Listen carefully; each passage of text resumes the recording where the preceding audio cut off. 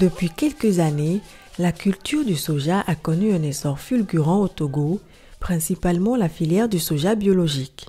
En 2019, le Togo a été classé 14e exportateur mondial, 3e en Afrique et surtout 1er en Afrique de l'Ouest.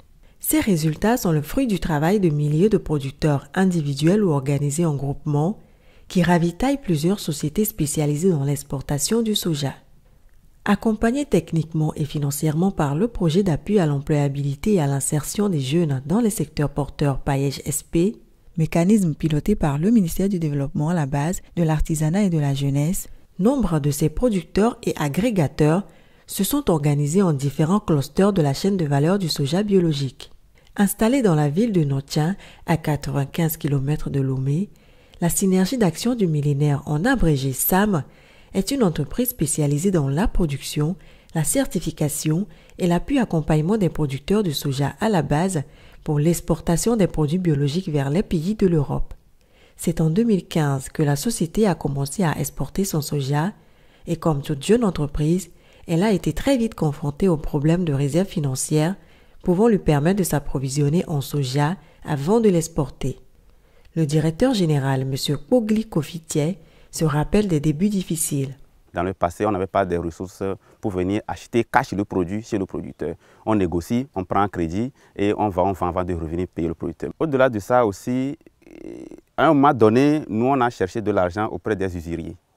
Ça nous a coûté très cher. Aujourd'hui, on ne devait pas être à cette étape si vraiment on avait un appui financier derrière quand on a lancé le projet. On devait être très loin. Convaincu de tenir le bon filon, la société SAM a persévéré et en 2018, la rencontre avec le Paillège SP va apporter un changement notable dans le fonctionnement de la jeune entreprise. Grâce aux appuis du Paillège SP, aujourd'hui, disons que nous avons les ressources au niveau producteur, tout comme au niveau du projet même. Et ce qui a changé aussi, c'est l'administration du projet. On avait commencé très petit.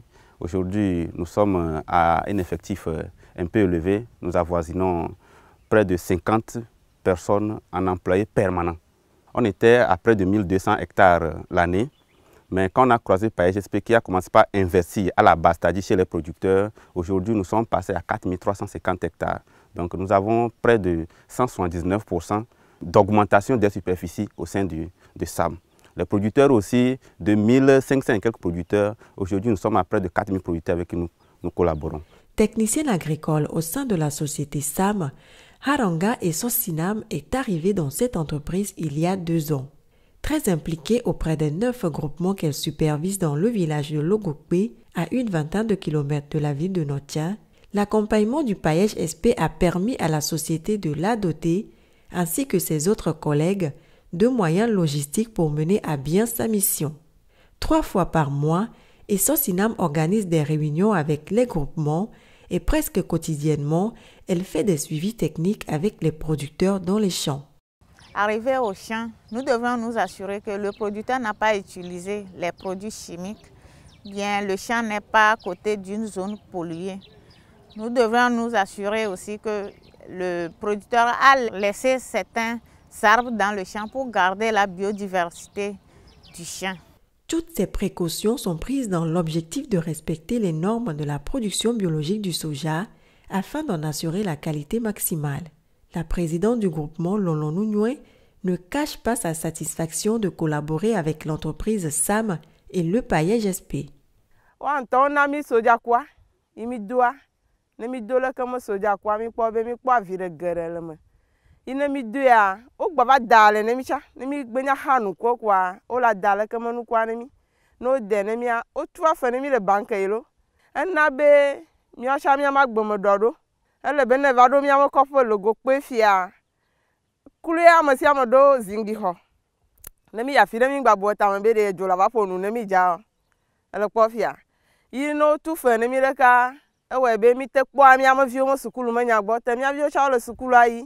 Tamila Podone Sam, Kudo Paillège SP, le Kokperemianti, Odo Ganemi, Temi Bakemia Magbulia Oreji, Mila Pagata Dono, Bugotale in a Jiru, Magakperemianti Uke, Nemi Lekemi Kakaglo, Pokemafia, Magazine like Bahianemi, and Komayatan on Yamaha Mori, Construire un magasin sur fonds propres de l'entreprise pour stocker son soja, c'est la solution qu'a choisie M. Toyo Yao, directeur général de la jonction de croissance agricole au Togo, en abrégé JCAT.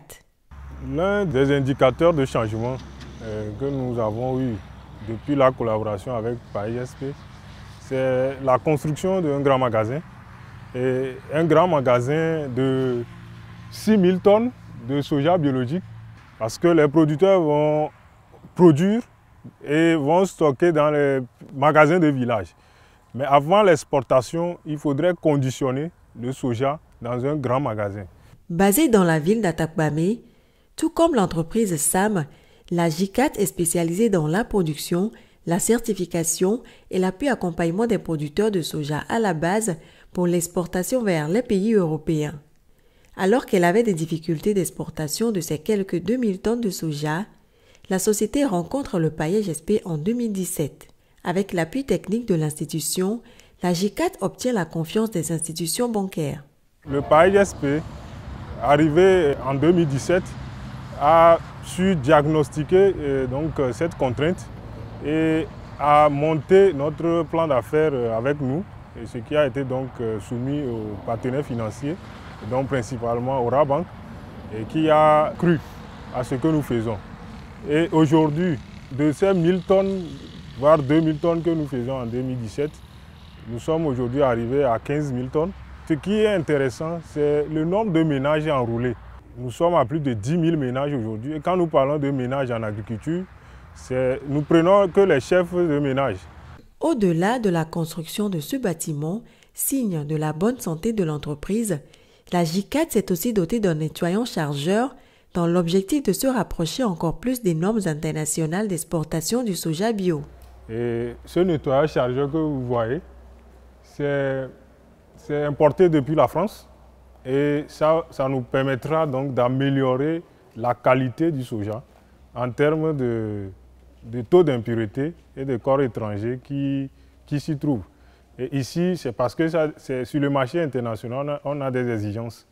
Et parmi ces exigences, c'est qu'on ne devrait pas exporter du soja vers l'Europe à un taux d'impureté dépassant 1%. Ces conditions mises en place au sein de la JCAT rassurent les producteurs et leur permettent d'envisager de meilleurs résultats dans le futur. C'est le cas de Akoda Jacques, agronome de formation, qui a opté pour un retour dans son village natal après avoir fini ses études afin de valoriser les terres de sa région. Avant, c'est moi-même qui labourais, qui semais, cultivais et autres. Mais grâce à l'appui du projet PAESP, j'ai eu engagé 7 main-d'œuvre permanentes et environ 20 main-d'œuvre temporaires. L'année passée, j'ai emblavé 15 hectares. Cette année, j'emblave 20 hectares pour une production de 30 tonnes. J'envisage de devenir dans le futur proche un agrégateur et avoir mes fermes agro-silvo-pastorales. Si la JCAT et la société SAM se spécialisent uniquement dans l'exportation du soja bio, la société Agrocom, installée à Lomé, va plus loin en faisant la transformation du soja bio en tourteau destiné à l'exportation et en huile pour le marché local. Le directeur général, M. Komlan Daniel, se réjouit de l'accroissement du volume de production grâce aux appuis du PAESP. Nous avons commencé cette entreprise depuis 2012 avec une capacité de transformation de 300 tonnes par an. Et en 2017, avec l'accompagnement du PAESP, nous sommes passés à une capacité de production, de transformation et d'exportation de 7 000 tonnes. Pour 2021, nous comptons aller à une production de 10 000 tonnes de graines et une transformation d'à peu près 50% de cette production. Ce sont au total 9 PME qui sont accompagnées par le PAESP dans la chaîne de valeur du soja biologique. La petite moyenne entreprise ou la petite moyenne industrie qui est sélectionnée par le PAESP reçoit 2 types d'appuis. Au rang des appuis non financiers, il y a l'organisation de l'atelier de cartographie des acteurs et l'analyse des systèmes de marché qui permet de mieux structurer la chaîne de valeur, qui permet d'identifier les opportunités d'emploi pour les jeunes. Il y a la mise en relation de la PME avec les primo-entrepreneurs sélectionnés, l'appui à l'élaboration des plans d'affaires, l'appui à la signature des contrats, le développement des marchés à travers la participation des PME aux foires, salons et marchés internationaux ou nationaux qui sont organisés sur le territoire togolais. Au rang des appuis financiers, il y a la mise en relation de la PME avec les institutions financières, le suivi de la mise en place du crédit et le suivi du remboursement. Pour la campagne 2018-2019, les acteurs de cette chaîne de valeur ont récolté 25 158 tonnes, soit environ 57% du taux de contribution, sur 44 684 tonnes de produits exportés vers l'Union européenne, et les prévisions pour la campagne à venir s'annoncent plus importantes au regard des résultats que chacune de ces entreprises affiche. Conscients du souffle que les appuis du PAEJ-SP ont donné à leurs activités, les différents bénéficiaires sont reconnaissants envers cette institution, mais aussi à la Banque africaine de développement, qui a cru à la mise en place du PAEJ-SP par le gouvernement en l'accompagnant financièrement depuis l'opérationnalisation du projet. Nous voudrions humblement remercier les différents partenaires de ce projet PAEJ-SP, et notamment la Banque africaine de développement qui a cru à ce projet et qui a fait confiance à la jeunesse, qui a donné priorité à l'emploi dans le secteur agricole. Et ces 3 ans de parcours avec PAEJ-SP nous démontrent une fois encore que dès que tous les moyens sont mis en place et qu'il y ait un suivi rigoureux derrière les projets, on peut aller très loin. Je profite de cette occasion pour remercier la Banque africaine de développement qui a appuyé le gouvernement togolais dans la mise en place du PAEJ-SP avec cette approche de chaîne de valeur aujourd'hui qui nous donne de la visibilité partout, surtout sur la filière soja que le PAEJ-SP appuie.